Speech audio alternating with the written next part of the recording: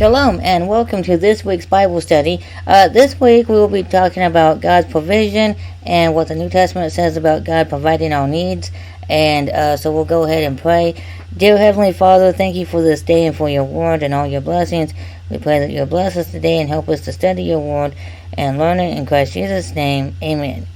Okay, and we just got done celebrating a days, the last day, an 8-day festival celebrating God's provision for Israel in the Old Testament times with the celebration of Hanukkah. And Hanukkah is a celebration where it was in between the Old and New Testaments when God was silent for about 500 years. There was a war in Israel with the Greeks, and the Greeks had taken over, and they had told the Israelites that they couldn't read the Bible or worship God. And then the Greeks went and defiled the temple and put a pig on the altar and stuff. And so the high priest and his sons started a war. And after the war was over, they went in and cleansed the temple. And the light in the temple that was never supposed to go out, it had went out. And they had to fix that and everything. And they only had one jar of oil that had not been defiled. So that was only enough oil for one day. And so they had to send someone to go get more oil, and that was going to take a total of 8 days. It's 4 days there and 4 days back.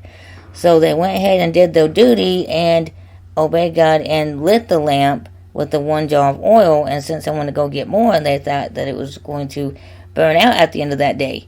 Well, the miracle was that the oil continued burning for the whole 8 days and never went out. And so right now we're finishing up a celebration of God's provision in time of need. And so today we're going to look at what the New Testament promises to Christians concerning God's provision for our needs. Philippians 4:19 says, "But my God shall supply all your need according to his riches in glory by Christ Jesus." So God specifically promises to provide our needs. Okay, and then, for this reason, we should never be covetous in all conversations when we're talking to other people. Don't be saying, I want this, I want that, I just have to have this new thing. Don't be covetous with your conversation because God's always with us and he's going to provide our needs. And Hebrews 13:5 says, "Let your conversation be without covetousness, and be content with such things as ye have, for he has said, I will never leave thee nor forsake thee." So he's going to always provide our needs. He's not going to forsake us and cause us to, not have our needs met. He's not going to leave us destitute. For this reason, we are to pray and never worry. 1 Peter 5:7 says, "Casting all your care upon him, for he cares for you." And that's one thing we have to realize, is that Jesus loves us and he cares for us and he's going to meet our needs. And so we don't have to worry about anything. We just pray and trust him. And Philippians 4:6-8 says, "Be careful for nothing, but in everything by prayer and supplication with thanksgiving, let your requests be made known unto God, and the peace of God which passes all understanding shall keep your hearts and minds through Christ Jesus. Finally, brethren, whatsoever things are true, whatsoever things are honest, whatsoever things are just, whatsoever things are pure, whatsoever things are lovely, whatsoever things are of good report, if there be any virtue and if there be any praise, think on these things." So, to not worry, we must, pray a lot, because prayer and supplication is like begging. So you're really praying, but you're also thanking God for his blessings, and you're asking him to help you. And in order to not worry, we need to think about things. Don't think about your problems. Trust God with your problems. We need to think on things that are true and lovely and honest and just, and keep our mind on the things of God and not dwell on the problems, because God's going to take care of those.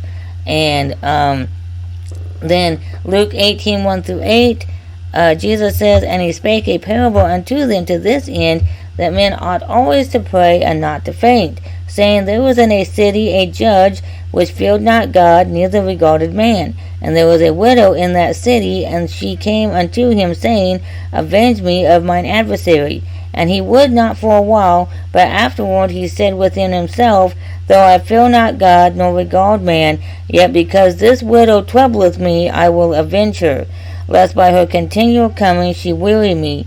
And the Lord said, Hear what the unjust judge saith, and shall not God avenge his own elect, which cry day and night unto him, though he bear long with them? I tell you that he will avenge them speedily. Nevertheless, when the Son of Man cometh, shall he find faith on the earth? So we are supposed to pray and keep praying and keep begging until God delivers us. Okay, and so that's important. Well, don't be shy about praying. We're supposed to go boldly to the throne of grace and with our requests in time of need, and he was a present help in time of need. That means he's going to help us very quickly, and we just have to keep trusting him. And sometimes he helps us in ways that we don't think he would, and so we have to make sure we recognize it when he helps us too. Matthew 7 through 12, Jesus said, Ask and it shall be given you, seek and ye shall find, knock and it shall be opened unto you. For everyone that asketh receiveth, and he that seeketh findeth, and to him that knocketh it shall be opened. Or what man is there of you, whom if his son ask bread, will he give him a stone? Or if he ask a fish, will he give him a serpent? If ye then, being evil, know how to give good gifts unto your children, how much more shall your Father which is in heaven give good things to them that ask him? Therefore all things whatsoever ye would that men should do to you, do ye even so to them, for this is the law and the prophets. So, God, when we go to God and ask for things, if we ask him for food, he's going to give us food. And if we ask, if we ask him to meet our needs, he's going to meet our needs, and he's not going to give us something dangerous or something that's not going to help us. And then, but there are some requirements for getting your prayers answered too. Matthew 6:31 through 34 says, Therefore take no thought, saying, What shall we eat, or what shall we drink, or wherewithal shall we be clothed? For after all these things do the Gentiles seek. For your heavenly Father knoweth that ye have need of all these things. But seek ye first the kingdom of God and his righteousness, and all these things shall be added unto you. Take therefore no thought for the morrow, for the morrow shall take thought for the things of itself. Sufficient unto the day is the evil thereof. Okay, so God is saying here that, we don't have to worry about what we do, what we're going to eat, or what we're going to wear the next day. Don't worry about the next day, because he'll make sure that you have sufficiency. And another thing it says is that if we seek the kingdom of God and his righteousness first, then he will provide our needs. All these things will be added to us. So if we want our needs met and our prayers answered, then we have to seek God's kingdom first and his righteousness. And you see that in James 4:1 through 3 too. It says, From whence come wars and fightings among you? Come they not hence, even of your lusts, that ye war in your members? Ye lust and have not, ye kill and desire to have, and cannot obtain. Ye fight and war, yet ye have not, because ye ask not. Ye ask and receive not, because ye ask amiss, that ye may consume it upon your lusts. So these people, this was a church, and they were infighting, and they were like envying and fighting each other, because I guess there must have been rich people and poor people, and they were like fighting among themselves, and being greedy, and being covetous, and they were in sin. But then they would pray that God help them, and God wasn't going to help them because they were fighting and lusting, and they were in sin. Okay, so we have to seek God's kingdom and his righteousness first, and then he answers our prayers and meets our needs. So we have to make sure that we're doing that. And so that's pretty much what I have today. It was short, but it was just a rundown of that what the Bible says about God providing for our needs. And God will provide our needs. He's promised that as long as we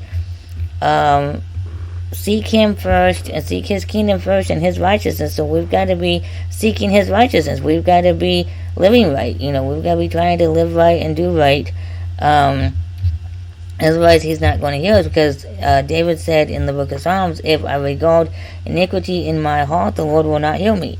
And that's true even today, because if we don't, if we're living in sin, God's not going to answer our prayers.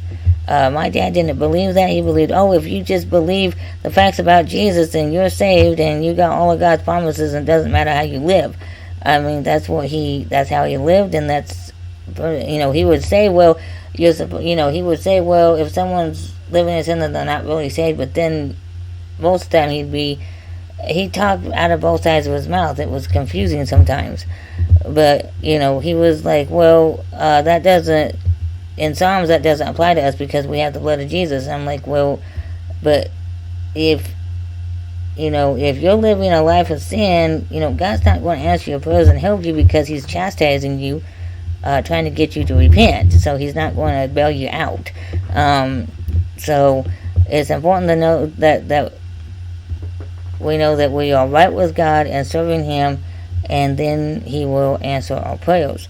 And we have to just keep praying and keep praying and keep praying and trusting him, and make sure that we are thankful and we don't get mad at him and accuse him or anything, because that's not right. And I did a sermon on that, on how to approach God properly during tragedy, and I'll link that at the end of the video here. And but as long as we're seeking God first and his righteousness, he's going to take care of us. And we're not supposed to worry. We're supposed to just keep praying, and then keep our mind on good things, Christian music and Bible verses, and keep God in all of our thoughts, and he will meet our needs. And so that's all I've got for today. So we'll go ahead and pray. Dear Heavenly Father, thank you for this day and for your word and all your blessings. We pray that you'll bless us today and help us to obey your word and follow it, and keep us all safe this week. In Christ Jesus' name, amen. Yavaraka Adonai Vayish Maraka Yael Adonai Panav Aleka Viku Neka Yisa Adonai Panav Aleka Feetzim Laka Shalom. The Lord bless thee and keep thee. The Lord make his face shine upon thee and be gracious unto thee. The Lord lift up his countenance upon thee and give thee peace. Thank you for watching this week, and I hope you'll come back next week for another Bible study. And if you'd like to give anything to help support us, please use the links in the description. Thank you, and God bless you. Bye.